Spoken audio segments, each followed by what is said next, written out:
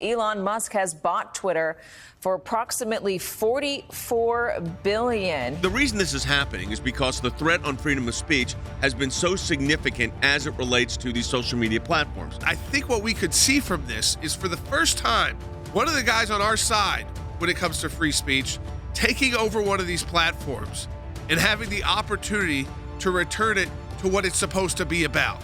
The free exchange of ideas. He is going to work with shareholders to replace that board. Elon Musk has said he's committed to freedom of speech. Is Donald Trump going to be right back on? He will have to work through a process. We won't have all those details yet. The Ayatollah from Iran is on there, but not the former president of the United States. So one's calling for the destruction of Israel and the Jewish state, and the president, they don't like his tweets, so they throw him off. We want all of these voices to be heard. I hope he makes sure that every lefty, communist, socialist voice gets heard too, right? Bring it. Let's have this debate. Let's have this argument. Let's let all the voices be heard. Let them fact check our stories.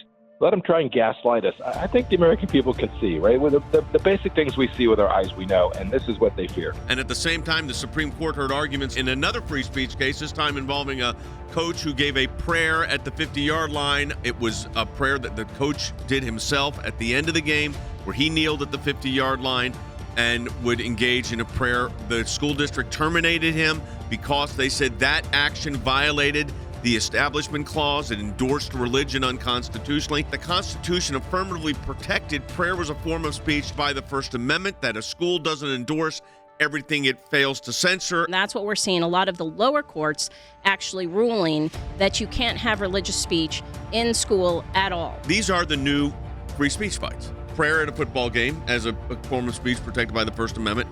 And you've got a huge platform like Twitter, gigantic platform like Twitter, that has become hostile to free speech in the sense that it became taking sides. Their real fear isn't all the different voices. It is that when our voices are heard in every place, whether that's on Twitter, whether that's at a high school football game, they know our arguments resonate with huge portions of the American people.